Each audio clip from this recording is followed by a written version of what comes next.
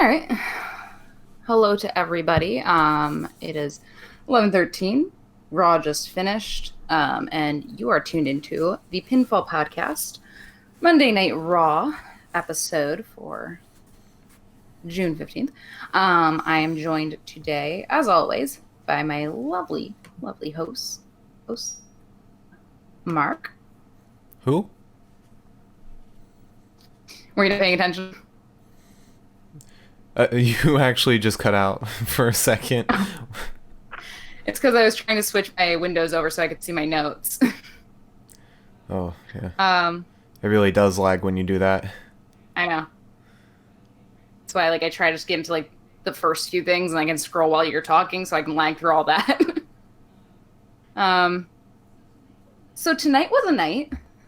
A lot happened tonight. I just want to say before we get into the meat of it, we are not doing the wheel tonight.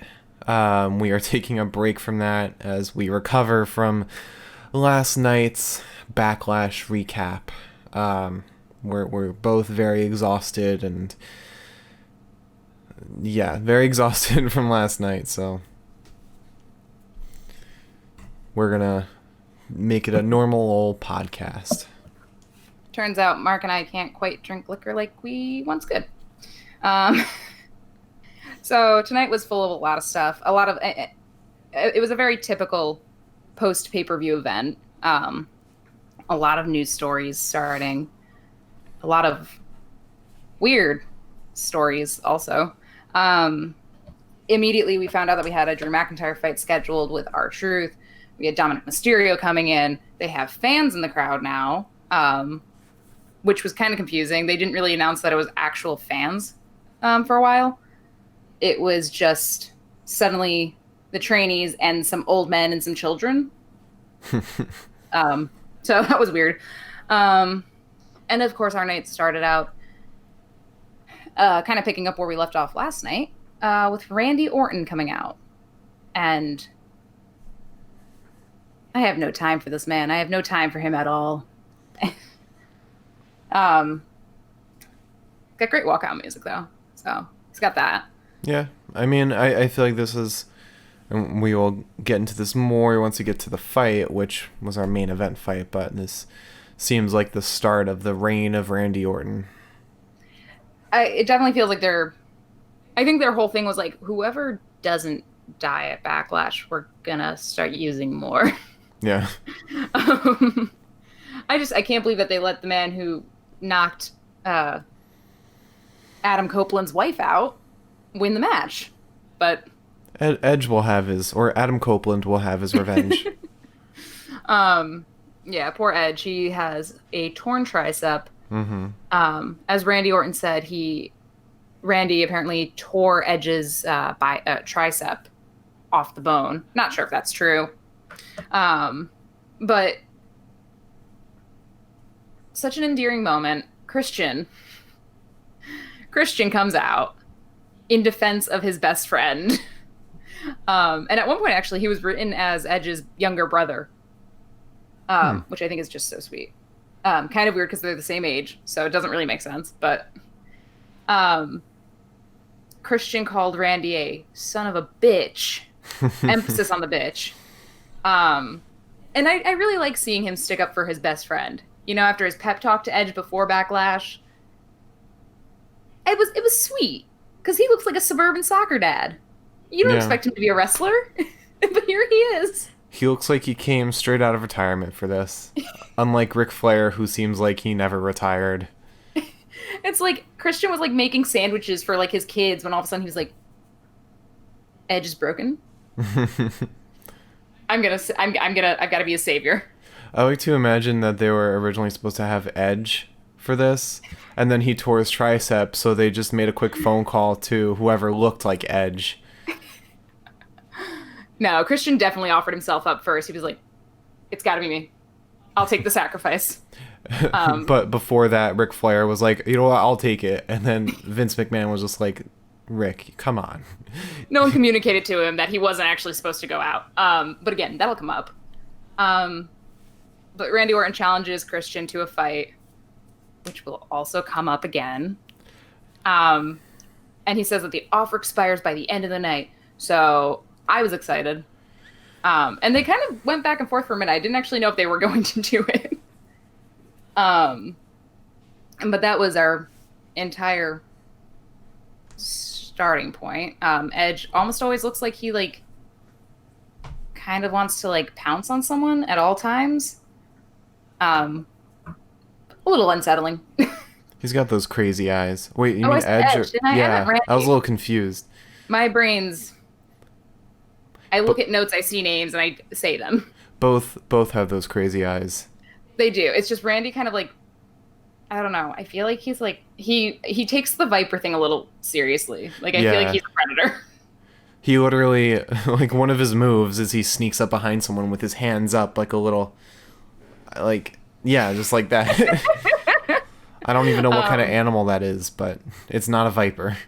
But at least we can now support Randy because Randy realized that Black lives do matter. Yeah. So that was nice of him. The real Randy. We can support him, but not the in-ring Viper Randy. No. Yeah. No, thank you. We support Randy, not Orton. Yeah. You mean Keith. His real name's Keith. So we support Keith. Yeah, we support Keith, not Randy. So after that, because again, tonight was a lot of promos. There's almost always a lot of promos on Raw because it's 3 hours long, but this was a lot of promos. It was like one thing after the other. But we got Angel Garza and Zelina Vega. Zelina, I genuinely her outfits sometimes. I can't tell if I love them or if I'm confused by them or if they're even remotely comfortable to wear or how long they take to get into. I have questions. She has like the same costume designer as like Spider-Man or Superman or something. The nice thing is though is that like if you think about like her and Alistair being put together, they would look great together with almost everything she wears except for maybe the hot pink outfit. Everything else with next to Alistair, we could definitely see that happening. But she obviously looked a little unhappy. Angel didn't seem very sorry at all for ruining Andrade's match, but also looked like he looked like he had been crying. Like his eyes looked like genuinely kind of like puffy and tired. He looked legitimately in pain during that interview. Yeah, something looked a little off, and I don't know. Maybe it's just maybe he was just having a weird day. Maybe he pulled a muscle. Looked wrong. Yeah, I don't know. He didn't seem to have quite that same glow about him, where I felt like he was just trying to bone the interview or something. Today he looked like he's I just got to get through this. Yeah, his eyes were all red and glossy even. Zelina kind of started looking like she was quicker thinking of abandoning Andrade than Angel, which is a twist I didn't actually see coming. But Andrade came out, and I know this is off topic. That suit looked so nice on him. Oh my God. And I'm kind of excited that maybe if Zelina decides to take Angel's side, he's still a pretty fearsome competitor on his own. I don't think he needs Angel by any means. Yeah, absolutely. I think even Angel made him lose against Apollo because he was a little bit of a distraction. Yeah, I think so too. He came out and first of all, there was something scary in his eyes tonight. He looked like he wanted to kill Angel Garza. And we got a lot of scary eyes tonight actually. And he said that he hopes that Garza will beat Owens, and then said something that I couldn't quite make out. But it's a weird time to be in Zelina Vega's crew, I think. Yeah, I mean, this all started when Austin Theory left for Seth Rollins. I don't remember how that came to be. Because they started hating Austin. He did something to mess up one of their matches, and they were just they turned on him. I think he was accidentally thrown into either Zelina or Angel, somebody. And then they just ditched him. Or accidentally punched one of them. Yeah. But that promo led us right into the Kevin Owens Angel Garza fight, and it was an opening fight. Yeah, it wasn't. It was pretty impressive because, first of all, Kevin Owens, I think his knee is still genuinely kind of like healing. So whenever I see him do anything like walking, I'm like, oh, wow, okay. That's enough for me, sir. You've won. Angel started off with a just like right out the gates. And usually when someone comes right out the gates to do something, they usually do it. But Angel tried to drop kick, missed, and Kevin Owens just went to town on him. Yeah, it was not a long fight at all. No, and it was pretty one-sided for the most part. At one point, finally, because Zelina came out with them, and Zelina like looked like an angry mother. And then Andrade came out, and it was weird because Zelina was surprised. Angel was surprised. At one point, Garza was on the apron, and Kevin Owens headbutts him off from inside the ring. And Andrade came over and was like, you got to get back in there. You got to get back in the ring and stuff like that. And I was like, Angel Garza just kind of seemed confused. I didn't feel like he was being threatening, but Zelina yelled at both of them and then walked out. Which, again, high-key angry mother move. Respected that. Kevin Owens' knee ended up looking like it was hurting him. But he managed to get some sweet hits in. Andrade apparently completely distracted Garza. Which it was like he distracted Garza, which distracted Kevin, which gave Angel the chance to beat up Kevin, and then Angel was still distracted, so Kevin ended up getting the ability to pin him. And it's just the ringside distractions are becoming a bit much for me. Especially with that specific crew. Yeah. I just want them to all sit down and kind of figure their things out and then come back out. And like Zelina, after Angel lost, Zelina came back out. And first of all, I want her to start choosing shoes that she can walk in because she has almost tripped multiple times recently.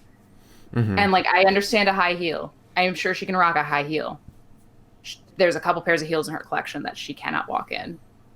And I'm afraid that she's actually going to get injured. But she comes out, gives a pep talk, sort of, to the guys, and is just basically like, figure it out. We're leaving. And they just like, again, like sullen children were like, fine. So I don't know if Zelina's going to allow them to break up at this point.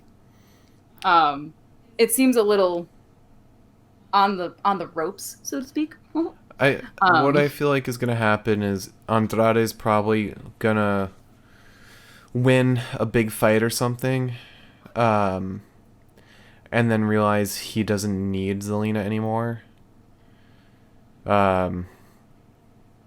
Because like this whole Kevin Owens rivalry has gone on for like so long, way too long. Andrade needs to separate himself. He needs a win. And I don't think it's going to be against Kevin Owens. I don't know who it could be against, but I think he's going to win something. I think they have an opportunity here to maybe do...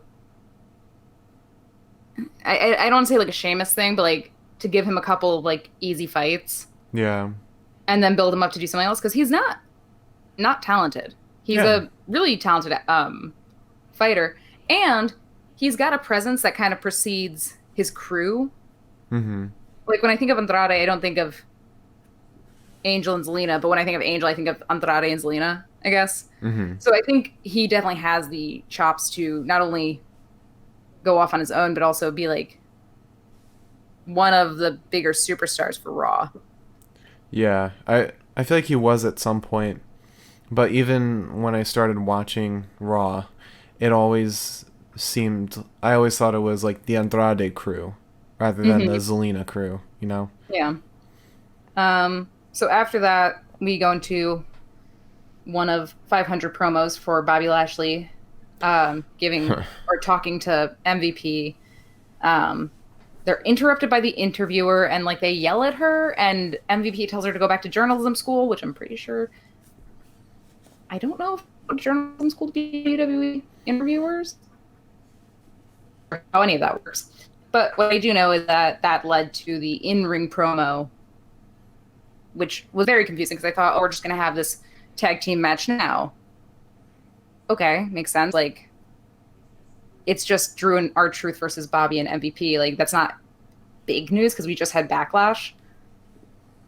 But no, this was for something considerably different. Lana came out and Bobby Lashley said, "I want a divorce." Which is funny because in real life they're not even married. And she said something, or no, Bobby said something about, "You even broadcasted our sex life." Like, what sex life? Where is this on social media that Rusev doesn't know about? And also the fact that she, like, her whole thing was like, you know, I put you over my career. I got a divorce for you. And I'm like, Does that mean Rusev exists in this canon timeline where she divorced Rusev and then married to Bobby Lashley? The divorce she's talking about is actually Rusev saying, "I'm gonna go perform for Impact Wrestling instead." That's what it was. I really want to see a contract signing, a divorce contract signing in the middle of the ring. Their mediator sitting there like, okay, you get this, sign this, send this. But I think this is also a good time to bring up that Lana said, "I should have slept with Drew." And Drew McIntyre, probably sitting at home on the comfort of his couch next to his genuine wife, said something along the lines of, "I would rather crawl through a mile of sewage with open cuts than sleep with you. Stay in your lane." And I said, he specifically tweeted, "First of all, I'm married. Second, I'd rather crawl through a mile of sewage with open wounds and entertain the thought of you. Stay in your lane. Hashtag WWE Raw." even if it was just acting, if that man, any man, honestly, tweeted that about me, I'd be like, peace out. I'm leaving. Yeah. I've done something horribly wrong in my life. So that was fun. It was a moment. I really kind of thought that for a minute there, like, MVP was, like, saying nasty things about Lana, so I thought maybe, like, oh, Bobby's going to stand up for his wife. No. But then I realized that his wife is MVP, so... Yeah. After that, we got another promo. Lot of promos today. So many promos. We're going to try to fly through most of them because not a ton of them are important or don't have, like, a follow-up later on, so... But it was a Street Profits and Viking Raiders promo, and they're still riding the high of having joined forces, which is kind of cute. I like them together. But they get interrupted by Tozawa and his band of manly men and his 7 foot tall, 7'3" tall ninja, who we found out was, I can't say his last name, but his name is Jordan, and he's a trainee, I think that was called up in, I think it's at 2018. And he's, like, terrifyingly massive. He looks down on the Big Show, which also comes up. And that's how I'm going to segue into the Viking Raiders, and I just call them Tozawa's Ninjas 8-man tag team match. Funny enough, it was Tozawa, 3 other ninjas, and then the 7 foot tall ninja. So it's 9 people. Well, but who's to speak? It started as 7-man because Tozawa did not enter at all. True, and then it actually became 10-man. So yeah. Right off the bat, sorry, my nose is like super itchy. Right off the bat, Eric's in, and I don't even need to break all this down. They destroyed Tozawa's team. Yeah, and Montez was outstandingly, like, athletic in this. Like, I mean, I expected some kind of domination here, but I mean, compare him to everyone else in that fight, and he was a rock star. I sometimes believe that he's, like, weightless. I know that I think he weighs about the same as Drew McIntyre. which is Really? weird. Um, let me look this up first, actually, before I say anything, because I could be wrong, but I think I was surprised by how much he weighs. Yeah, he weighs about 30 pounds less, which, when you factor in Drew's bulk and the fact that Drew's only a couple inches taller than him, I think sort of levels out. Mm-hmm. But that's the mystery of the human body. But yeah, Montez Ford is just constantly, he's so good at like aerial stuff. He's so good at flipping, at jumping. I really am not shocked that the Street Profits are the tag team championship because they have it all. Yeah. And And they've got Dawkins' bulk and Montez's like just lack of gravity. and the showmanship too behind them. They're fun to watch. I remember when they first because the first time we saw them, the first few matches they didn't do a single thing, and I think we were both kind of grasping at people to like root for because we had just come into it, Mm-hmm. and they came out, and I was like, all right, I can see this as being fun. But that wasn't even the biggest part of the match, them destroying Tozawa's team. The biggest part of the match, funny enough, ironically, could be a pun, was Big Show comes out. That I freaked out when that happened. I thought there was no lead up to him coming out. It was just he walked down the ramp.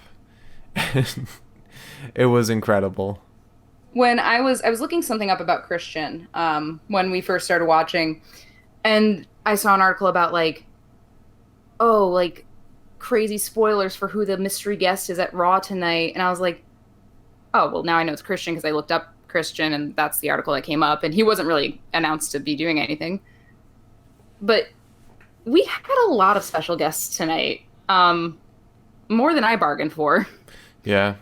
And basically, Tozawa was encouraging his 7'3". His name is Jordan Omagbahin. Omagbahin. I'm probably saying that completely wrong.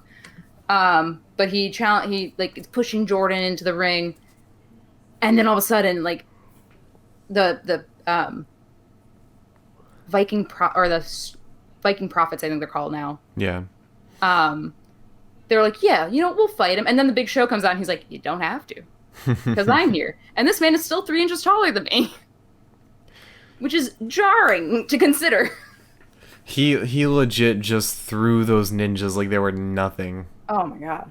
Eventually Big Show comes out, and by the end of it, Tozawa was walking away, trembling, which I just like watching Tozawa fight. I don't really need to see him act because he's been in NXT enough that we've seen him fight. He's a really good fighter. He's just incredibly nimble and fast. I don't want to see him act, but at least we got the Big Show out of it. So, kind of worth it. I enjoyed his facial expressions, his acting and his facial expressions. That it's just so goofy. It's very vintagey. It works out really well, but I just really wish we had seen him fight. I think that would have still been cool. They're probably saving that. I don't think that he would have gone down as easy as the rest of the ninjas on his team. Mm-hmm. So I think that maybe they were like, all right, we'll save him. We'll call him up, but we'll save him. But moving away from whatever that is becoming, we get Seth Rollins' interview, walking down the halls looking cocky as ever. Mm-hmm. And he announces that he has a special message for Dominic Mysterio, who, in spite of Ray's urging for him to not, Dominic flew to Florida to take on Seth, as we saw in a string of text messages from Ray to his son. God, those texts, they're... I saw it before Raw started, and it was just so funny because they're screenshotted off of Rey Mysterio's phone, and the text is just so big.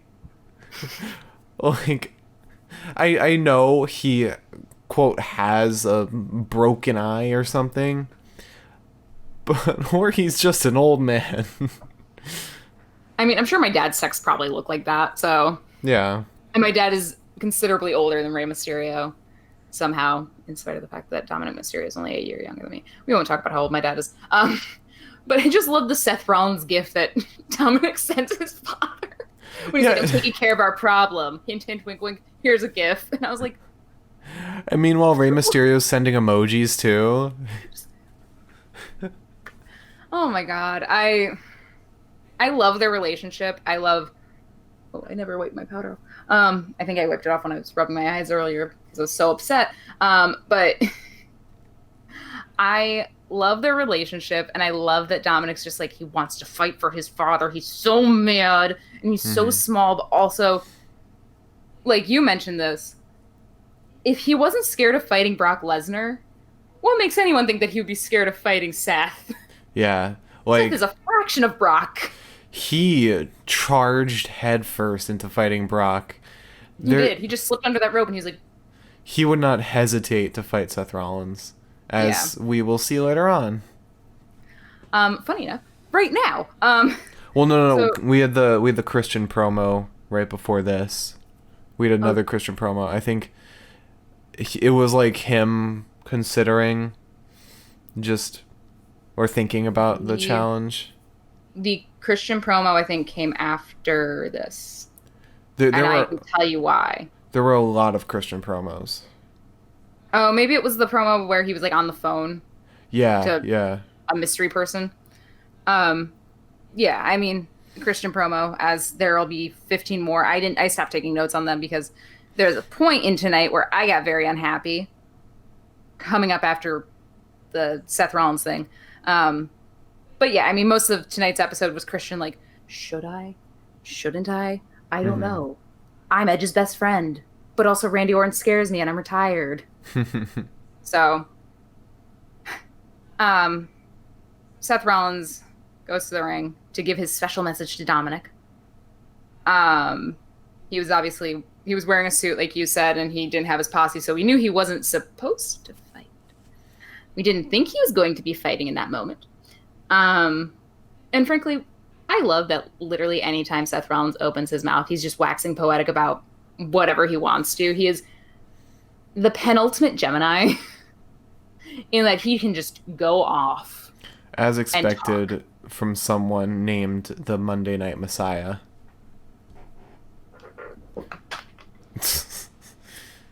Me and Austin Theory match tonight. I was waiting for a moment to show off my new shirt because I have nothing else to spend my money on at this point, and I'm in quarantine. Online shopping is my only thrill. But yeah, I've got my brand new Seth shirt in direct contrast with my Drew McIntyre shirt.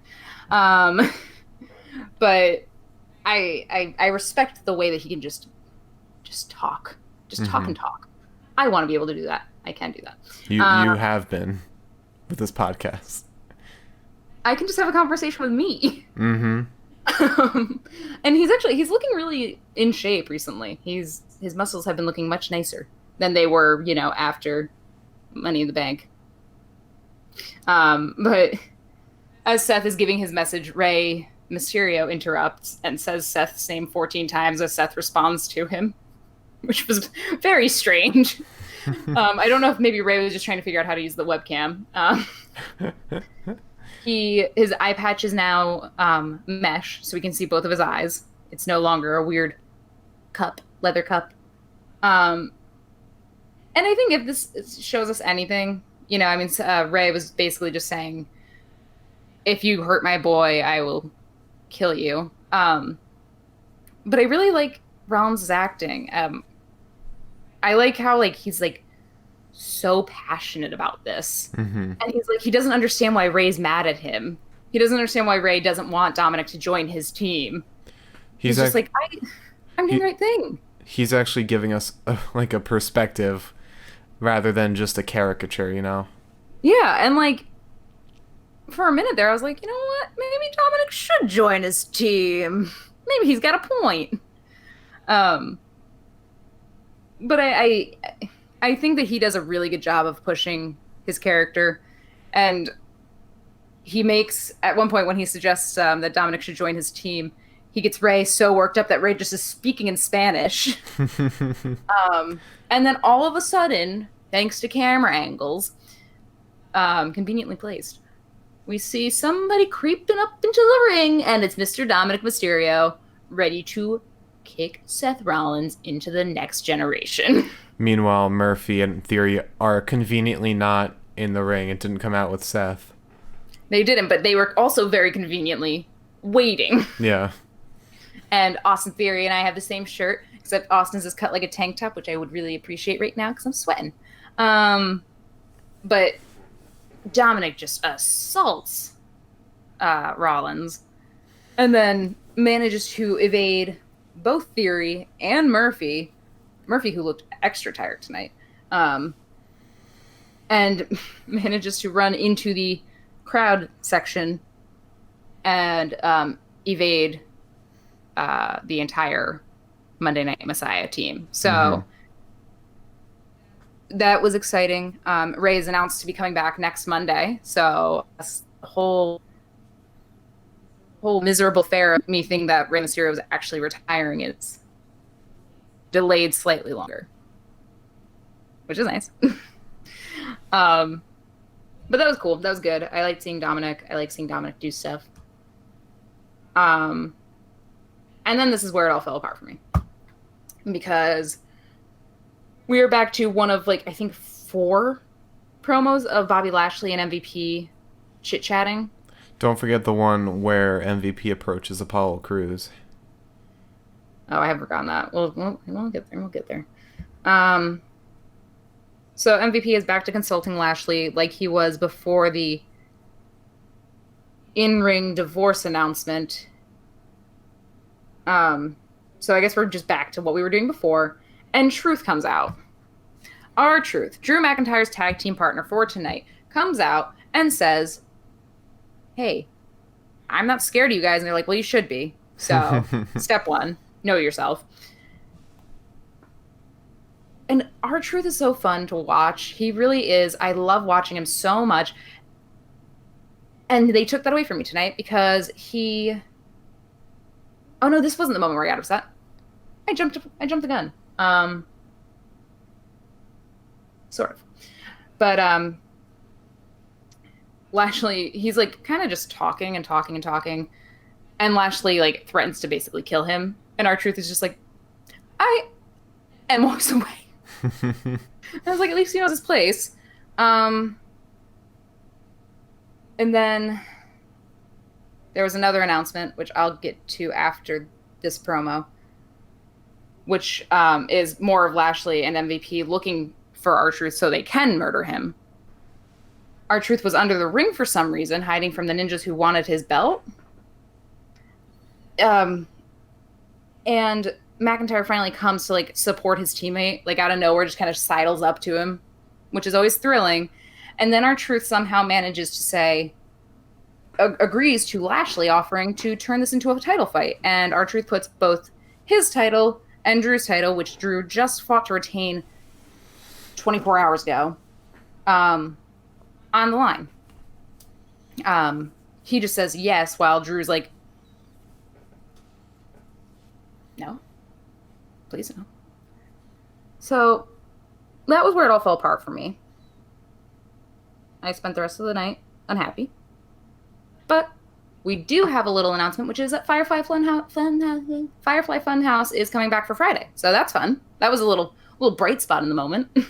Now we just have to wonder who he's going to be targeting.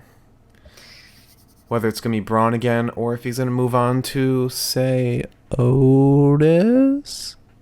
I don't think Otis has, like, the mental capacity. Look, he doesn't need to. He could just be a train for Bray. And then you have Tucky, who's now back, trying to pull on Otis. And you know how Bray wanted Braun for the Universal Champion title? somewhat. He mostly wanted Braun, but he wanted the title too. He Mm-hmm. could want the contract that Otis has. And then they've conveniently been waiting for Otis to cash it in until a certain someone comes back, which you would think Tucky, but it's Bray, Otis's real tag team partner. And then All right. we get Tucky and Braun versus Bray and Otis. That's so That sad. at Extreme Rules, which would be insane. All right, all right. We have Friday to worry about this. I really don't want it to be Otis. Tucky just came back. Um, but moving on, we had Liv Morgan and Natalia versus the Iconics, which was just a weird little match that they conjured up out of nowhere. I guess I was complaining about like the women's tag teams like only fighting each other over and over again, and they were like, you know what, we can do something. We've got something up our sleeve. They're just waiting till Backlash so we could see how freaking awesome Liv Morgan is, because she shined in that fight. She did a great job. I mean, Natty, got herself like Liv was out first, and then Natty got herself in, Yeah, and like Liv was like, "Please don't." She just tagged herself, and then Yeah, and and then she looked horrible. and after the fight, she berated Liv and was like, "You sucked out there." It was that was what was so frustrating is that like Liv did a pretty good job. Mm-hmm. Peyton had Natty pinned and Liv stepped in without being tagged because I guess like the new thing for women's tag team matches is that there aren't rules. Anyone can jump in at any time, and that's actually it's not even just women tag teams. It's been happening for every tag team match. Look at Bobby. Exactly. It's just constant, and I don't. Maybe I'm just being like nitpicky, but I feel like I haven't noticed this before, and that's kind of like annoying to me. But Mm-hmm. Liv Morgan was phenomenal. She got the upper hand quite a few times, only for somebody from the Iconics, mostly Peyton, to step in because she was kind of putting in the work on Billy, and Peyton interrupted. And ultimately, the Iconics won. Ultimately, like it just like looked really bad for Natalia, even though I think she maybe wasn't supposed to look bad. I guess. I don't know. No, the thing they're going for was, Liv would do really well, Natalia would try and outshine her so that afterwards, when they lost, Natalia with her tenure would blame Liv for it. But after that match, well, yeah, sort of after, Billy and Peyton called out Bayley and Sasha and challenged them to a title match for the tag team belts. But the problem that we have here is that there is already a title match happening, and that is Wednesday at NXT against Shotzi Blackheart and Tegan Knox. So no one accepted it in the moment, but we'll get back to it because it's confusing, and I don't get it. Big Show then had his promo talking to Christian. It was very nice. Big Show was like, "No, you need to get out there. You need to fight for Edge." And Christian was like, "Okay, I guess." I love these separate Raw storylines where it's like the normal Raw people, like Seth Rollins, Andrade, Apollo, everyone else, and then you have the old men doing their old men things. You've got Christian, Randy, Big Show, Ric Flair. Ric Flair comes up out of nowhere. And Ric Flair comes up out of nowhere only so that he can come out for the match. There was no other reason for him to be in the show at all aside from that, but we still ended up getting a promo with him twice. We got 2 promos with him, didn't we? Yeah, which we'll get to in a little bit. We had, as you mentioned before, we had Liv and Natty talking, and Natalia was like, "Oh, you don't like." He's like, Liv walks away, and Natty's like, "Oh, no one respects me. I put in so much work for this whole brand, blah, blah, blah. I don't know. But then Lana comes out in her post-divorce announcement misery. And she's like, yeah, I know what it's like to be like walked all over. And I'm kind of thinking that maybe Lana's trying to come back in the game. I don't know where she is physically, but there's no other reason for her to be there once this Bobby Lashley thing is over. You know? I mean, once like their divorce is finalized. Maybe she'll make a tag team with Natalya. They're good friends, so I don't see why not. I think that'd be really cool. Plus, I want to see Lana do something. Yeah. Besides get like thrown into MVP at Backlash and be Bobby's wife. And Bobby hates her. So we don't need it anymore. Can't wait for that in-ring contract signing. Also, I want to see Lana just like have some agency. I would die for that at this point. Yeah. So after that teaser, I guess, because again, it's a post pay-per-view episode, so that means that new stuff happens every 5 seconds.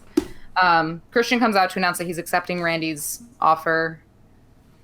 I love him so much. Then Apollo is working out backstage, and I am lagging because I'm trying to scroll. Apollo's working out backstage, and MVP sidles up to him because I am in this moment. I'm still going through my depression of Drew McIntyre can't lose the title tonight, and they're like, "Here's MVP doing a million things that is not fighting Drew McIntyre." MVP basically says to Apollo, like, "Hey, if you want to keep the United States Championship belt, it's like, if you want to keep that, you better just like be on my team, like let me work with you." And Apollo was like, "I'm not spineless, so probably not, but thank you." I want to see peace out. What they're probably going to do is Bobby's probably not going to be able to get the title from Drew, so he's going to go after the US title. Yeah, I could see that happening. I could definitely see that happening. Because I'm tired of seeing Bobby challenge him. Drew, that is. I'm tired of that storyline now, I think. And maybe it's just because Bobby has almost beaten Drew a couple of times. So I think maybe I'm just being selfish here, but I'm tired of seeing that. So I kind of would like to see Bobby go after literally anything and anyone. And also, I wouldn't mind seeing MVP kind of like ditch Bobby, because like that'd be kind of cool. Bobby's like all alone now. He's got no Lana, he's got no manager. It's just Bobby. It's the Bobby show. I think that'd be cool. Maybe Apollo accepts MVP's request. I don't know about that. Apollo's kind of got like the same thing as Drew, where it's like, I'm self-made, I am who I am because I want to be where I am. Yeah, so I don't know if I could see that happening. But you never know. I mean, maybe MVP steps in with Angel Garza's side of things. Maybe that falls apart. Who knows? I think that there's a lot of openings here. And I don't think that MVP genuinely wants to stick with Bobby. Or he goes to R-Truth. I mean, ultimately, if you think about it, MVP's kind of a clout chaser in the sense that he initially, his whole like hatred for Drew McIntyre is because he wanted Drew McIntyre to be with him. Mm-hmm. Like he wanted to be Drew's manager, I guess, so to speak, or something. And that's like the whole thing where like he like grabbed Drew and he was like, "You need me," and Drew was like, "I genuinely don't," and Claymore kicked him. So God. Then Apollo goes, "Oh no, I'm skipping everything. Sorry. I missed the Ric Flair and Charlotte Flair backstage promo. Again, I have 2 notes, and I said that Rick looks old, and I'm not sure what this is supposed to be for. However, we did find out, and we didn't know this, that Charlotte Flair is engaged to Andrade. How did I not see that coming? Very interesting relationship, but good for Very them. attractive relationship, mind you. Yeah. Lord. We'll have to see what their kids look like. I don't know. She's been married twice. Who's to say? I can't imagine Charlotte Flair having kids at this point. I think Charlotte Flair is like Charlotte Flair is Charlotte Flair's first priority, and that is fine. Go her. She is the queen after all. But that was something that we realized. I'm sure we should have realized because they've been engaged for 6.5 months. Would be a cool wedding though. Could definitely see that being an awesome wedding. But yeah, we have, Ric Flair just hyping Charlotte up. And the one thing it did do, I guess, was kind of prove that Charlotte's not too worried about anyone else's opinion of her. Because her father was like, don't get beaten down by like all these losses and like how people are treating you. And she was like, I don't really care. And I was like, okay, fine. We don't see that very often nowadays with like the women wrestlers. So I'm fine with this. And then Apollo Crews goes out and fights Shelton Benjamin, who I guess, to us, he was an absolute who in the world is this? But I think that he was relatively successful for a while in WWE. He used to be the Intercontinental Champion. I think one thing that we're also going to start seeing now is like things are kind of starting to go back to normal, at least in Florida. Is I think we're going to start seeing more people that we personally don't recognize, because I watched in college. Like the most recent time before this was when I watched in college, and that has like a couple-year gap in between. So there's a lot of people I don't know because I either don't remember them or have not met them yet. And people that you don't know from not having seen it, I think they're probably going to start bringing more people back, because once the pandemic kind of settles, I think we're going to start seeing a lot more people that are like, we're very successful and we just have no clue who they are. Yeah. And God forbid a seasoned viewer watches us and they're going to be like, how do you not know who Shelton Benjamin is? And we'll be like, we'll need to reiterate we'll need to reiterate every episode that we have no idea what we're talking about for the most part. We are, it's like, because there are sometimes where like I'll watch like an episode of Raw, and if I forget what happened the week before, someone will come out and like, ooh. So when there's a year or two gap between your watching of WWE products, you lose a lot of like understanding. But Apollo apparently, I think they said that Shelton was like one of his like inspirations, and he modeled his fighting after him, and you could kind of see that. It was a pretty well paired matchup. Yeah, and Apollo Crews, like, he was a star in that fight. Like, he was awesome. He got beaten up a little bit, but he definitely pulled it back together. I think he lost for like because Shelton Benjamin had his feet on the ropes, right, and then started fighting with the ref, and then Apollo just came in and said, "Stop that." So we might the ref really got a lot of shit tonight. We might see more of that butting heads in the future, just because Shelton Benjamin might not be satisfied with that challenge. Yeah, no, I could definitely see that. I also can see them using Shelton Benjamin in literally any other situation, because Apollo is one of those fighters where I think he's a great person to match up against anyone that comes across as like a little too cocky. Like I wouldn't be able to say Apollo and Drew would be a good fight because they're both faces, but like anyone that can come in and maybe vaguely be a heel, he's very good to match up against because of his style of fighting. I think it's like very easy to respond to. Mm-hmm. And because Shelton Benjamin has the same fight style, I could see them being like, okay, Shelton, let's put you up against Bobby Lashley. Let's put you up against Angel Garza. I can see that being someone that they bring back in a lot. Right. But luckily Crews, because this was a title match. There was a lot of title matches tonight. I think almost more than there were last night. And, well, I don't want to spoil anything. I know where you're going, but we'll get there. But yeah, we got to see a fun little standing moonsault, which Apollo Crews loves to do, and I'm always shocked by. And he manages to pin him, and we call it a night. Apollo leaves with his winning smile and his belt retained, and I said, okay, good, thank you. I didn't want to have to deal with that. After that fight, I do kind of hope that Apollo kind of gets more of a storyline though going Yeah, forward. I mean, I feel like they Haven't really had started. anything. I feel like they started something with MVP because Oh yeah. he MVP hated Drew for not wanting to join him, so he might hate Apollo now for not wanting to join him. And then we get a tag team match between Drew and Apollo versus Bobby and MVP.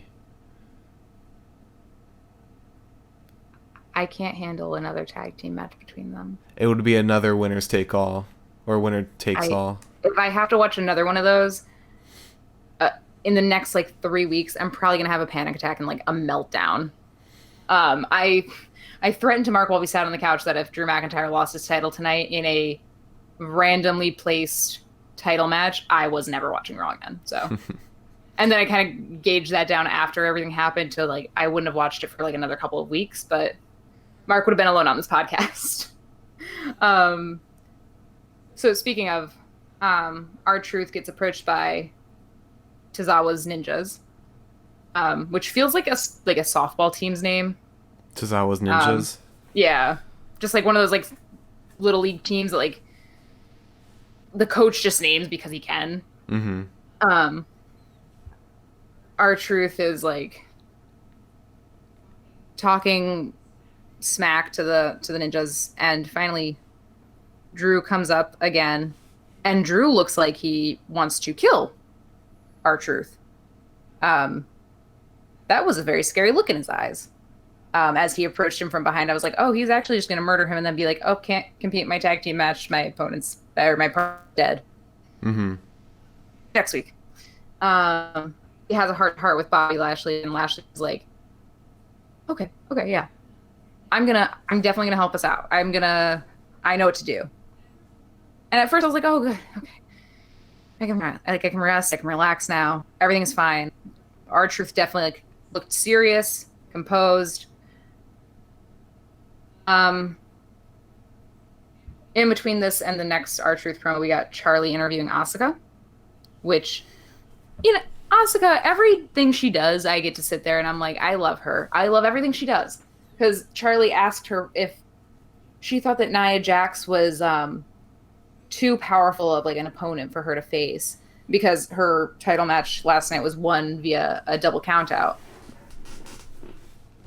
And I just want to say that before this, they were showing everything that happened during that countout, and it was just Asuka beating Nia Jax up. So I think we were both rightfully like, what do you mean, Charlie? What? How can you take both of these things and make that assumption? Yeah. But I love how she just goes off in Japanese. Like, she's a hero. She definitely knows nobody can understand her, so she could be saying the absolute, like, she could be saying ridiculous things in Japanese. No, most people watching wrestling wouldn't know.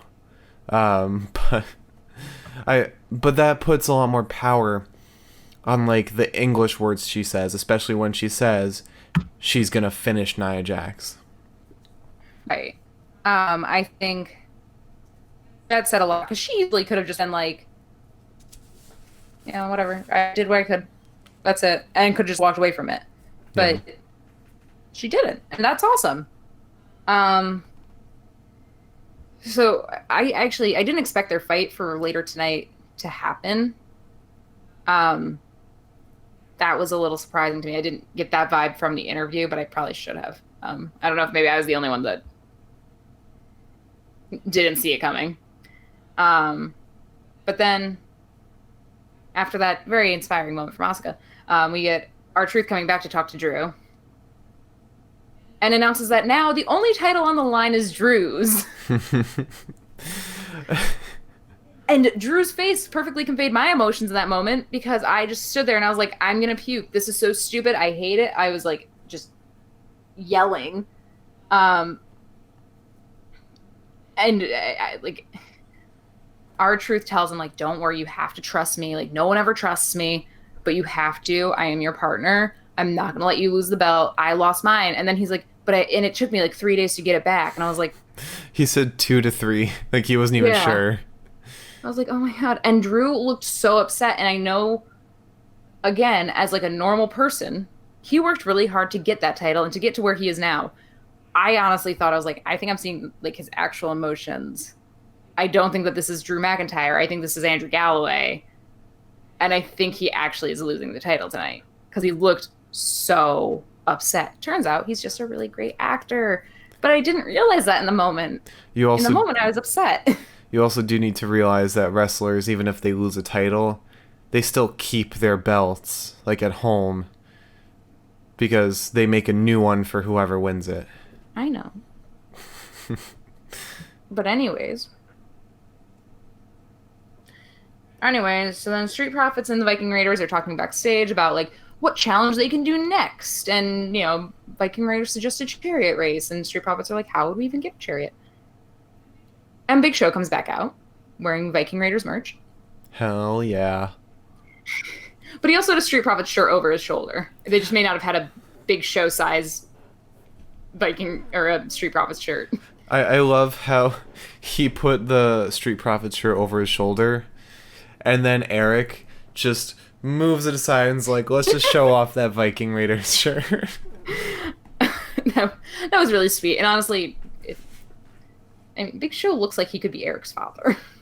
Yeah, honestly. So, but Big Show's like, I know exactly what you guys need to do so you can finally settle who's the best of the two of you. And they're like, oh, what? And I was like, oh, I wonder if he's got a good idea. And he was like, you guys should have a tag team match for the title next Monday Night Raw. And I was like, so you guys should just do exactly what you were supposed to do in the first place. They're definitely going to be interrupted by the ninjas again. Like, that's definitely... Maybe it's just, like, not destined for them to ever know. They need to remain best pals forever.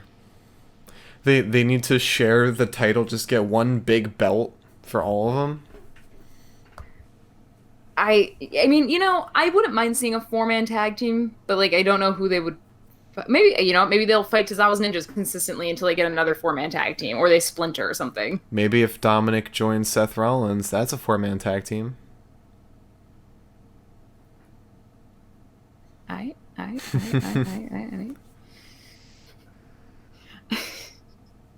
Anyways, it just felt like a little silly, because I was like, I genuinely thought that maybe he had like a creative idea, and he's like, no, just do exactly what you were supposed to do in the first place. And of course, now we get to the most nauseating moment of my entire day, and that's being said after I felt horrible this morning. So there weren't any Ritz crackers that could make me feel better for this one. Lashley and MVP come out, and then R-Truth comes out rapping as he always does. And it was a new rap. There was like some different lines today because he's the 24/7 7-Eleven I-95 South championship, European TV, as he said. But today was the one day I was not charmed by his rapping. I was very upset, and I was very mad at him. But at the end of the day, R-Truth and Drew came out on top. But I know... What were we going to say? I want to go through the match before we actually, like, get to, like... I don't want to, like, spoil the ending entirely. Okay, we don't need to go through, like, all of the individual moves and everything. We don't need to go through every time that R-Truth tried to pin... or that every time they tried to pin R-Truth. I know. But Drew comes out, he's not wearing his jacket, which was kind of different, and I think that's because Bobby Lashley attacked him when he was wearing his jacket and he couldn't get it off last night. And it was pretty painful to watch, the whole thing. And, I mean, Drew did great. He started off, because, I mean, he looked angry and not like a nice man at all. He used a lot of fire in him, I think, to get a leg up on Bobby, and I think that kind of pushed him. But then Truth tagged himself in while Drew was about to do whatever it was to Bobby. But Truth tagged himself in, and Drew looked like he wanted to murder him. And it was like painful to watch the entire time. And then basically Truth got totally destroyed, so like it wasn't looking like we could trust him at all. But kind of like nicely enough, R-Truth at one point, because I think Drew had MVP pinned, and R-Truth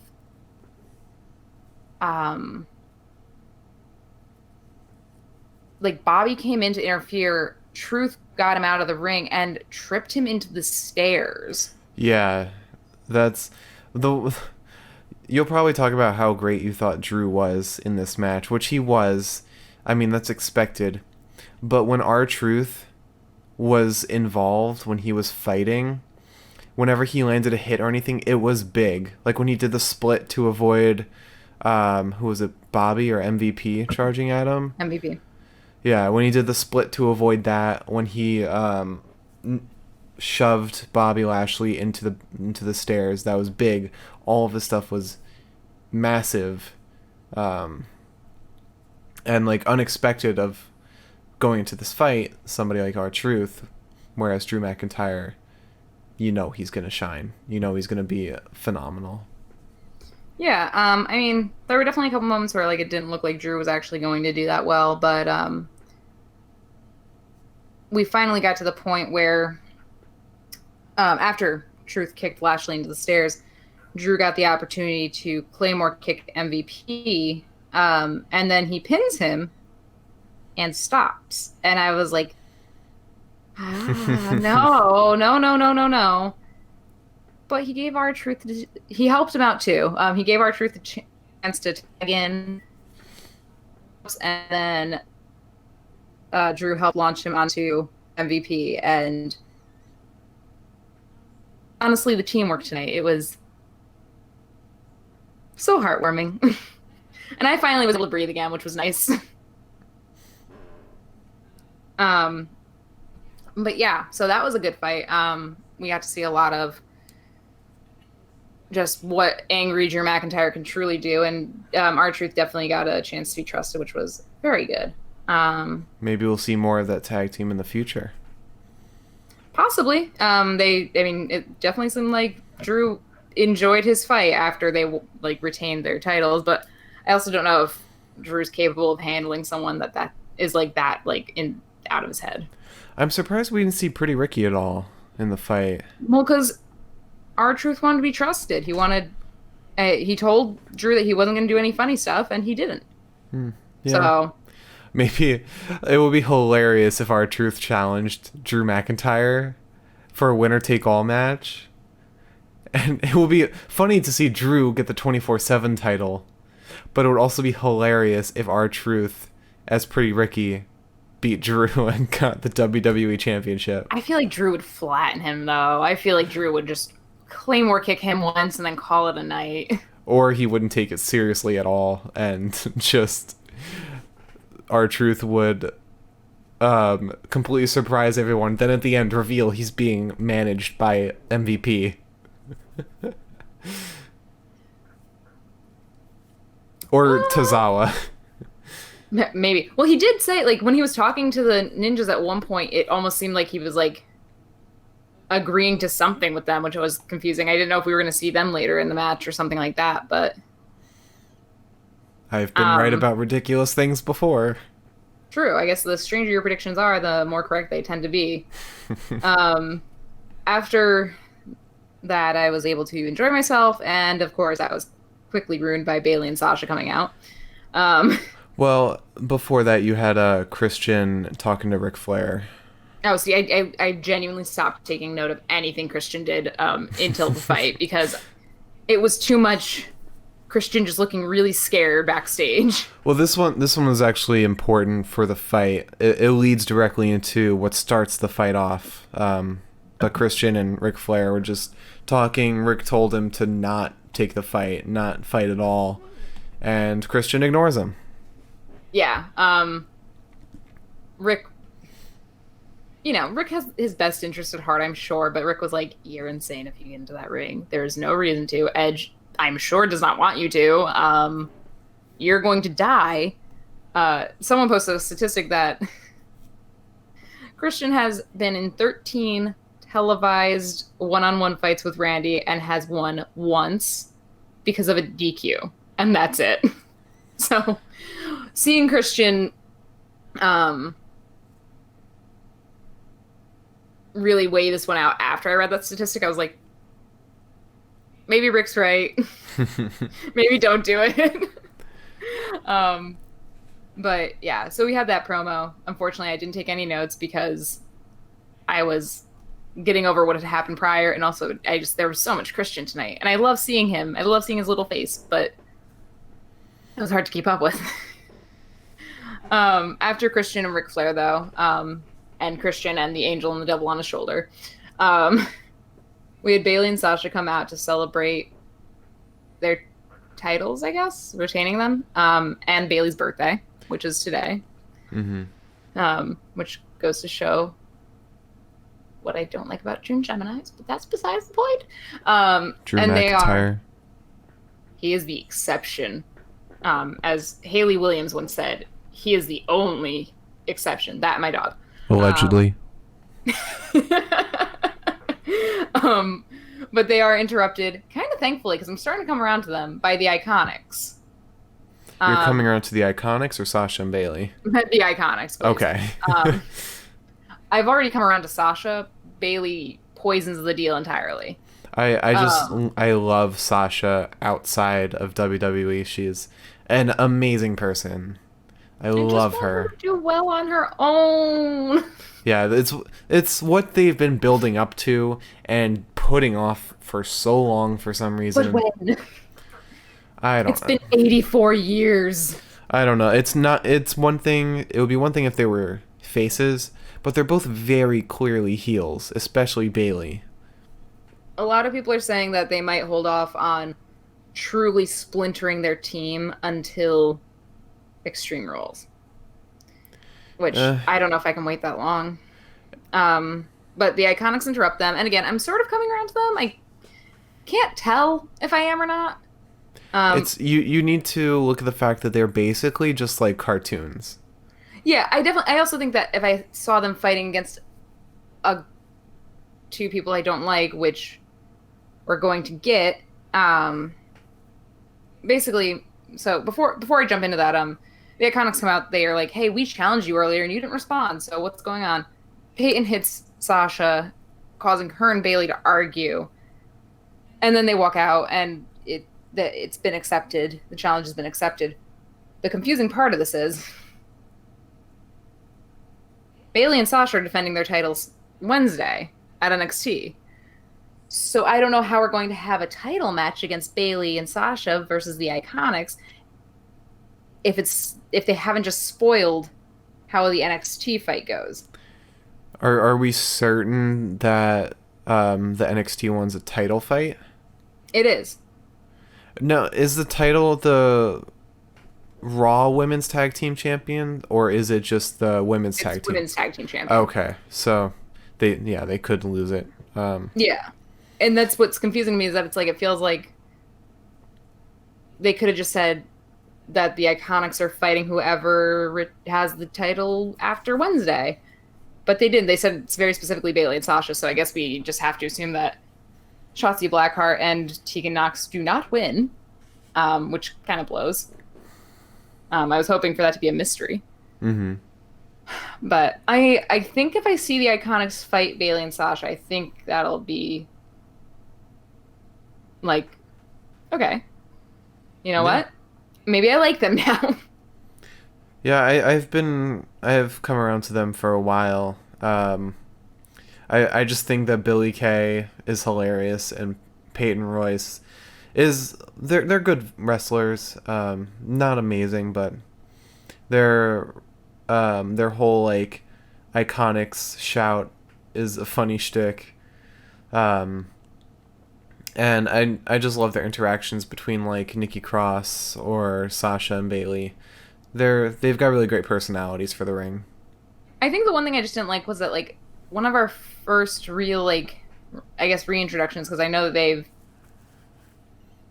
they've been in this before. They've been the title holders before. I think what I didn't like was that one of our first real like reintroductions to them was that they were like mocking Nikki Cross so much, like to the point where I was like, this just feels like bullying. This doesn't feel nice, and I love Nikki Cross. So I don't. I think that I think watching them fight someone that I hate more than them will make me finally just be like, you know what? Yeah, okay, I love them. Yeah. They're also pretty acrobatic. They're very good in the ring. Oh, for sure. Um, I just wish they would work more on following through with their punches and kicks. yeah, because again, as we said last night, the fight between, especially with Peyton last night at Backlash. Oh my God, was bad. That was Yeah. real bad. Well, let's try and Um, forget that. yeah.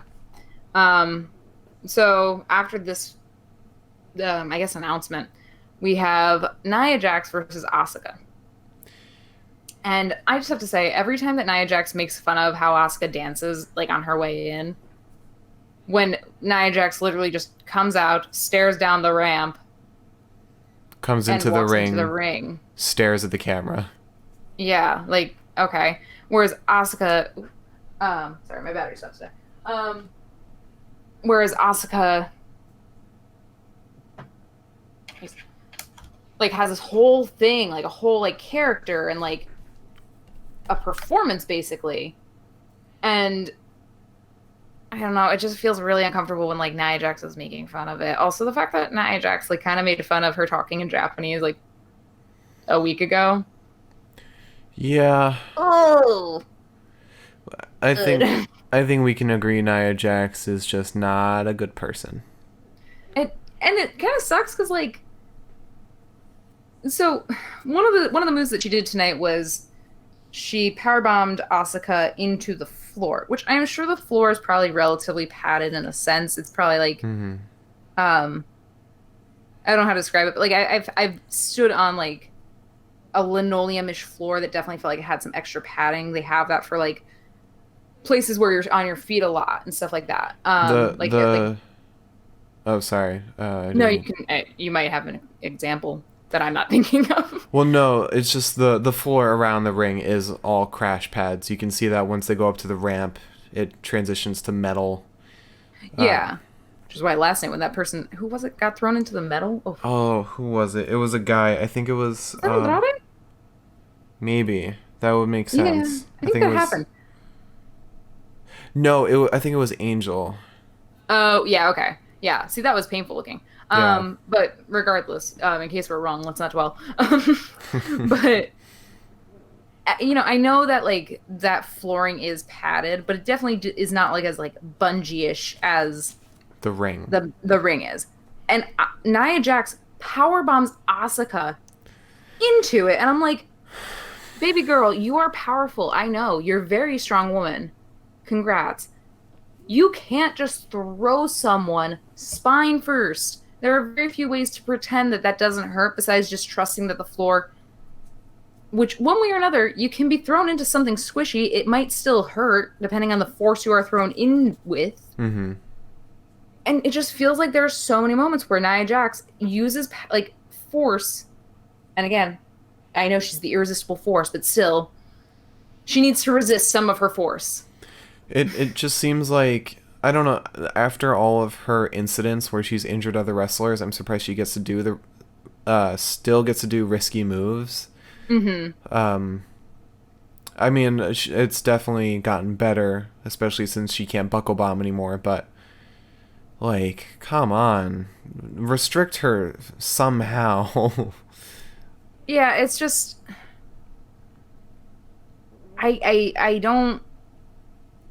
I don't like watching her because like there's stuff that other wrestlers can do. Um, for example, like anytime someone drop kicks someone, I'm like, oh, that's crazy. Like it looks like you genuinely just kicked them. I Hmm. don't know, like your shoes might be padded, the ring is padded. There are so many things that she does where I'm just like, that looks like it hurt, and not in like the kind of like sadistic like I'm watching wrestling because I want to see people get beat up way, but like that like looked like you actually might be hurting someone. And especially when like her whole thing was like she genuinely hurt Kyrie. It just feels uncomfortable to watch because like she's capable of that, and I am so glad we didn't even get near the end of this. Basically after a relatively well-matched fight at the end of the day, I guess as far as like who got hit and who got pinned, um, Nia Jax does the Samoan drop on Asuka and pins her, but her foot is outside of the like is under the ropes. So the ref's like, "Hey, you can't. That doesn't count. Like, get off her." And Nia Jax yells at the referee, pushes the referee. The referee goes to tell the people in charge, we're DQing her. She doesn't win. When Asuka finally gets up, rolls Nia Jax up, pins her, and like you said, we have never seen a referee count to 3 that quickly. Yeah, like he wanted her. He's like, I hate her. But we didn't talk enough about Asuka's absolute like just performance in this fight. She was outstanding. Normally, we love Asuka regularly, but she, like, both from a character's perspective and as the performer, she wanted to beat Nia Jax. And there was a point where she just jumps on top of Nia Jax as she's hanging from the buckle. There was a moment where Nia Jax was like holding on to the ropes. Asuka tries to get her down, but just kicks in her knee. So much. That was crazy. Yeah, because it was a real character moment where she's just so tired of Nia Jax. She just wants to win this fight. And I'll talk about it more once we get to our final segment to wrap up the show, but I could not get over how amazing Asuka was. She's so fun to watch, and I think there's a couple moves from like different people that like really excite me. Obviously, like Drew's Claymore kick is one of them. As much as I hate when I have to see it, when Seth Rollins stomps people's heads into the mat, I'm like, hell yeah. Asuka, her arm bars.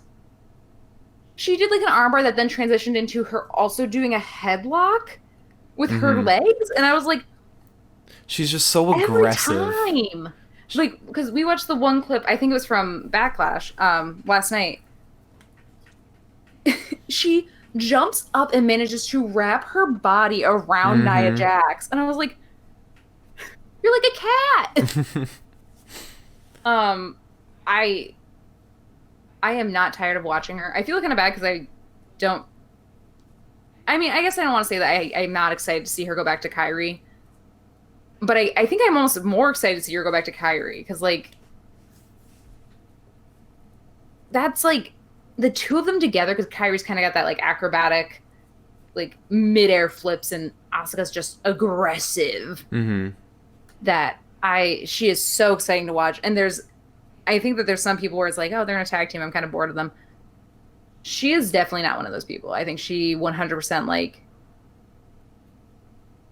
watching her either in a tag team or on her own. She is just thrilling to sit through. I just want her to fight someone besides Nia Jax. Yeah, I'm tired of seeing Nia Jax. I want Nia Jax to find someone else to bully. Shall we move on to the end of the night? Just sneezing her head off in my room. Wonderful. Yeah. So we got Randy's interview, and the only thing that was really good for was that he explained unsanctioned matches to me, which is what I needed because I didn't quite understand. I love how, was it Charlie interviewing him? Probably, yes. Yeah. She's like that raw interviewer. He asked her, do you know what a unsanctioned match is? And she said, yes. And he's like, okay, I'm going to explain it anyway. Honestly, I was like, thank you, because I still don't know. And I don't want to do the work of looking it up right now.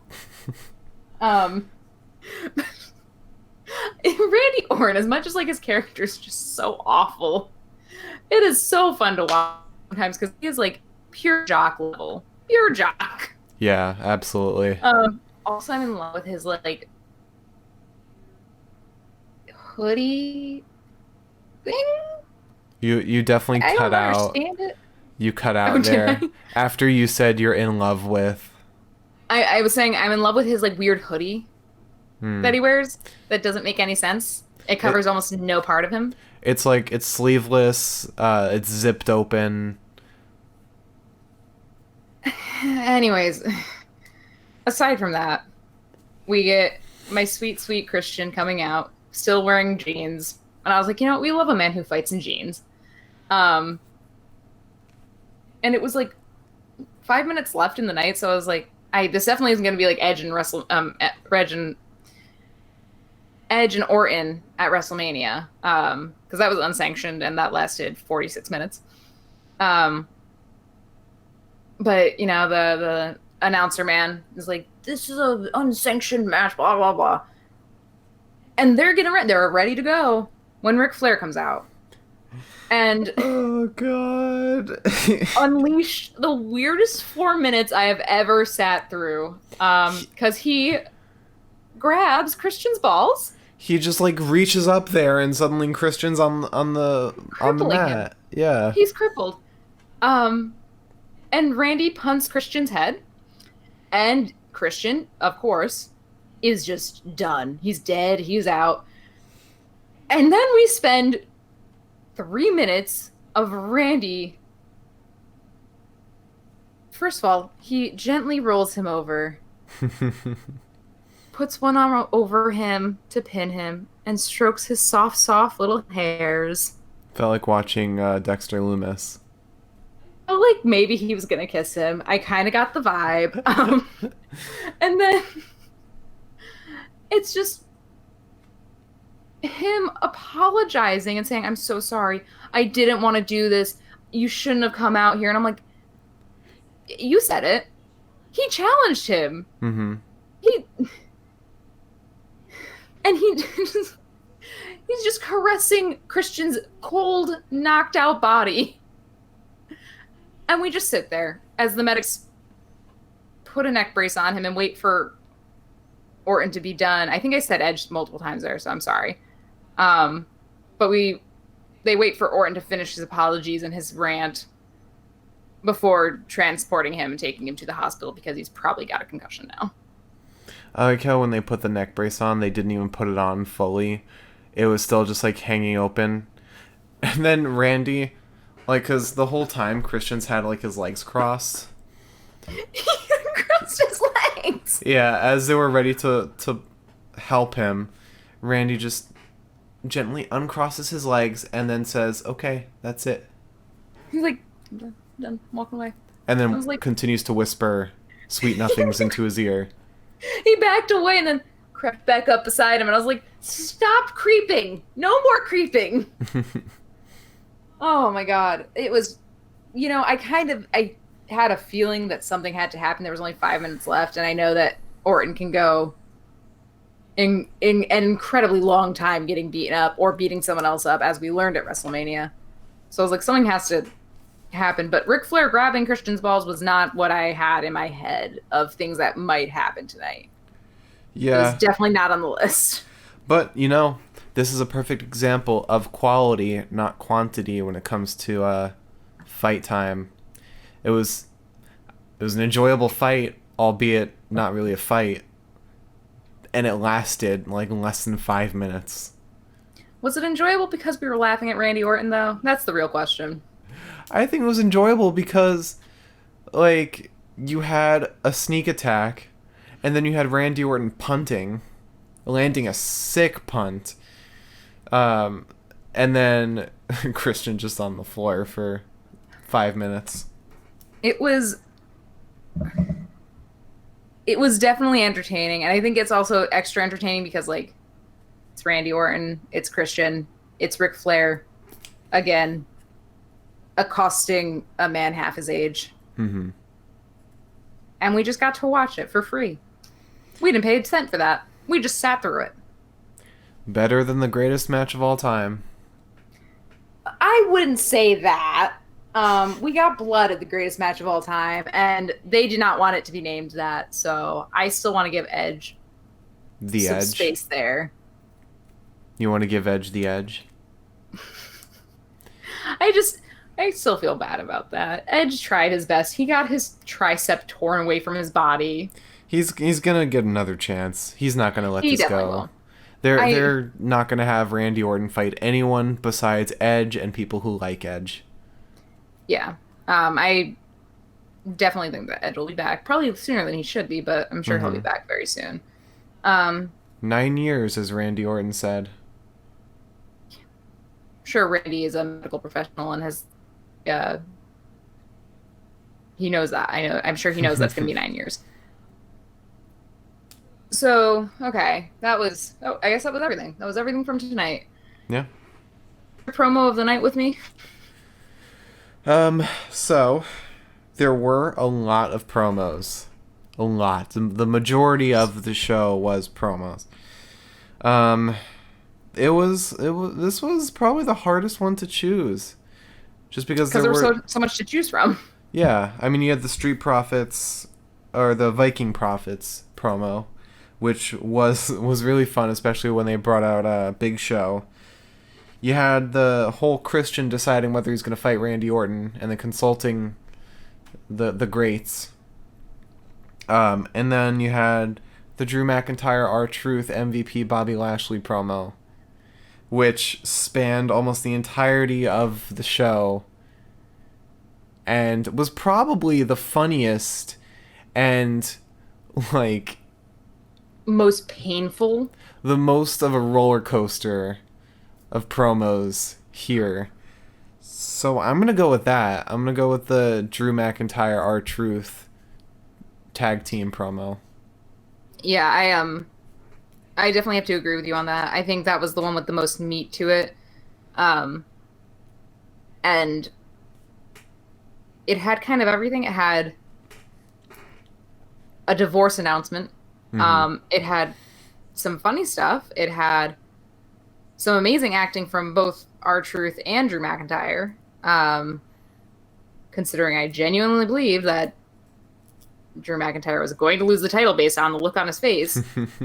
Yeah, I definitely have to agree. Because it made me so upset that I was like cursing out the writers as like I watched it. It was all there. It was everything. And without that promo, the fight would have been nearly as exciting as it was. Yeah. So yeah, I'm sure we agree on promo. Fighter? I can never remember the order we go in, but fighter, yeah. Yeah. So this one was a little tough. I know it's gonna be Christian. Yeah, he took that punt so well. He's dead. I love how you could see his like lip quivering. His eyes were moving. But this one was. There were a lot of really good fighters. Let me go through my notes. Montez, like I said, he did a phenomenal job with his athleticism and everything, but didn't really show the amount of character and emotion and passion that like a fighter of the night needs. Liv Morgan was also incredible, but she might fall under the same umbrella as Montez, where she was a great fighter, but I don't think she showed enough character for the title. I think I know where this is going, and I think we're probably going to agree if it's going where I think it is. Apollo, I love watching Apollo because he is the perfect balance of like athleticism and satisfying large hits, and he can also throw a punch, or I think he does the elbow. He makes contact and makes it look real. But there wasn't enough there. There wasn't too much meat to pick from. And then R-Truth and Drew. Like I said, Drew is always amazing in his fights. But he didn't really surprise. He showed his character in this fight. He showed emotion. He showed athleticism. He kicked ass. But he wasn't the best. Now, R-Truth, he surprised. He showed some athleticism, especially with that split. That split was great. But he mostly relied on Drew for his big moment. Okay. And then lastly, you have Asuka, who is my fighter of the night, because she had incredible incredible fighting skills. She like always just performs incredibly, especially now. And then she showed that amazing amount of passion that she always shows in her fights. And it always makes me so invested in her fights because of the level of emotion that she carries into all of this. And she doesn't even need to speak a lick of English to do it. And so that's why she's mine. Fighter of the night. Funny enough, actually, once again, we agree, but I don't want to hear anything from you about this. I do want to say that I think Drew is probably my honorary fighter of the night because we saw an emotion that we don't normally see from him, which was fear. I'd say more frustration. It was frustration, but it was also fear in the sense that, like, the way he was, like, his future was not in his hands anymore. Mm-hmm. And, like, the look on his eyes, like, when he was just, like, on the rope, like... we don't see fear from him very often. I think that meant a lot to see. Because, like, you know, I was sitting there and I was like, oh, my God. Like, I'm scared for him. But that being said, Asuka has to be my fighter of the night because she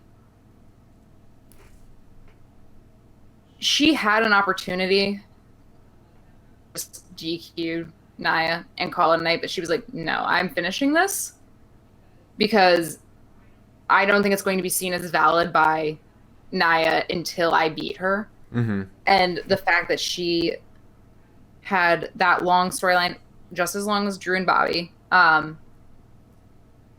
and not to discount that relationship, but like to see her finally make that final point. Hopefully final. Yeah. But to like kind of like put that cap on it and be like, okay, so now I've beaten you by count out, which was mostly a count out because she kept pummeling Nia. And now I've beaten you by an actual pin in the ring that you couldn't get out of. We're done. Mm-hmm. So hopefully that's where that ends. And I did really like seeing her just kind of get that, like, that last hurrah on top of her. One thing we didn't mention was after the fight, she just hid from Nia. She knew after all of her fights, she can't have a winning moment without just being assaulted. Mm-hmm. And so she just hid right beside the apron, just gripping her belt because she didn't want Nia to just take it all away right at the end. And she was able to convey all of that without speaking a language I understand. Yeah, no, I think we definitely agree on that. I really enjoyed watching her. And I always enjoy watching her. She really got to prove who she was in that moment. And kind of be like, you genuinely do not deserve this title. I've proven it to you twice now. Please walk away. Yeah. Which I would wish that they would do with the Drew McIntyre storyline, but we aren't going to get that tonight, I guess. Maybe we'll. Anyways, fight of the night? Yeah. Wow. I don't know like how we can go through all fight of the night. We always end on fight because I think that's the biggest one. In the same way that you're always like, does Raw start at 7 or 8? I can't remember the order of this, even as we do it. I know, no. They all start at 8. They all start at 8. It's just Raw that weirdly enough is 3 hours. I don't know why they have it like that, but you know, it was worth it tonight. And it's been worth it every other night. So let's do our fight of the night. So, gotta give it to Christian Randy Orton. Top, like, that best 5 minutes, no. I mean, Nia Jax... It's a close one. I mean, if we're giving it to, like, average, like, best fight per minute, then it would be that. But Nia Jax and Asuka was great. Nia Jax just is never convincing. She's never a really good fighter. She hits strong. She has strong hits, but she's never convincing. True. The Viking Profits fight was like, it was fun, it was hilarious, but there wasn't enough meat to go with. Why were we there? There wasn't enough drama and emotion. And none of the other fights really compared to the Bobby Lashley MVP versus R-Truth and Drew fight, just because not only was it a great fight and everybody performed, you had that added tension of R-Truth screwing up and putting Drew's title actually on the line.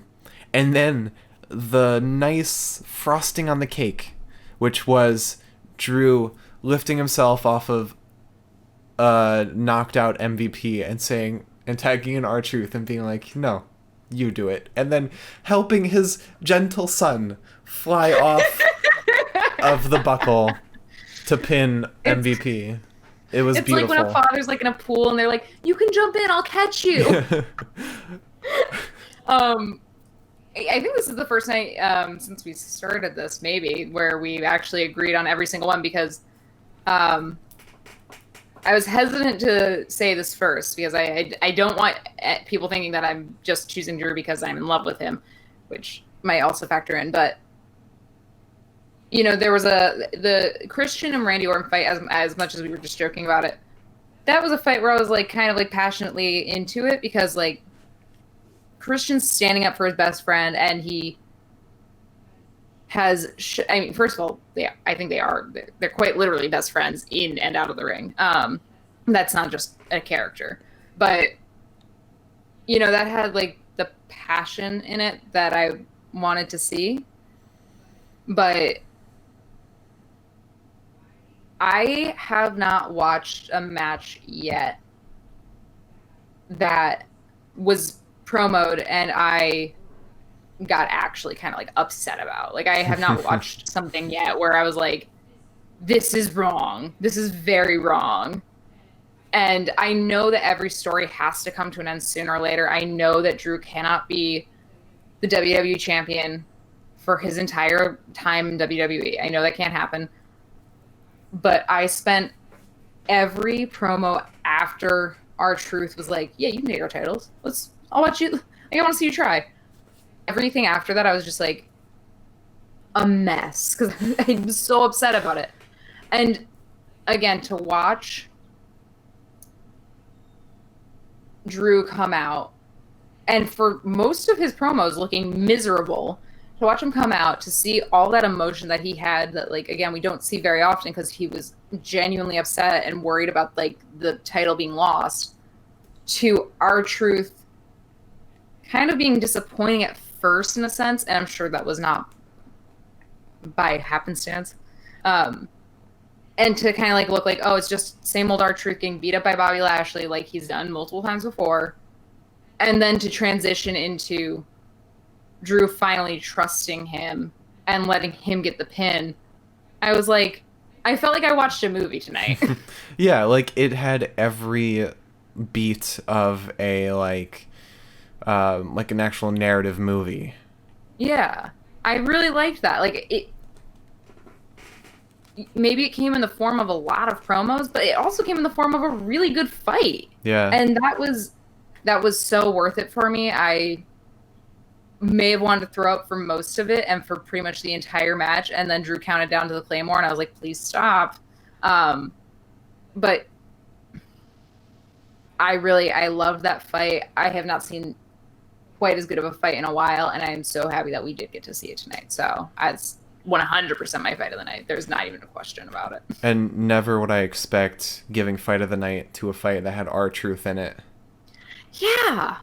You know, I'm kind of hoping that maybe this is a moment for R-Truth to do better. Not better, I guess. He's done fine, but like, he's a great performer. I want to see more of him. I feel like we've only seen him like in positions to help others. Yeah. So I kind of want to see some more of R-Truth now. But yeah, so I'm glad we kind of agreed on everything tonight. And honestly, for a post pay-per-view event match, or for a post pay-per-view event episode, it was a pretty strong episode. They brought the heat tonight. Yeah, for sure. Like I'm really excited for SmackDown on Friday, especially after they announced Bray Wyatt's coming back. But we will talk about that on Friday. Yes, and we've also got NXT, which was very exciting last week. So Yes. that's what we should be most excited Yes. about, because that is Wednesday. We will be here at probably like 10:15. And we might have the wheel back. Yeah, we just need to work out some kinks with it, and then we'll have it back. Yeah. But don't forget to follow us on Twitter. My Twitter handle at Mark Milkdud is right here. Other side. There you go. At Eliza Elaine 23. That's Liz's Twitter handle. And then you have the podcast Twitter, which was just made. It's not anywhere in the stream, so don't point anywhere. But that is at the Pinfall Cast, right? It is. Is backward on your screen? No, it's good. It's at the Pinfall Cast, and it's got this. Really? I look so tired, just like I do tonight. But yeah, follow us on Twitter, follow us on Twitch, or subscribe to us on Twitch, subscribe to us on YouTube. Please. Thank you. Have a good night, everybody. See you on... What was that? I said that's my plea. Yeah, we'll be back live on Wednesday, so tune in then.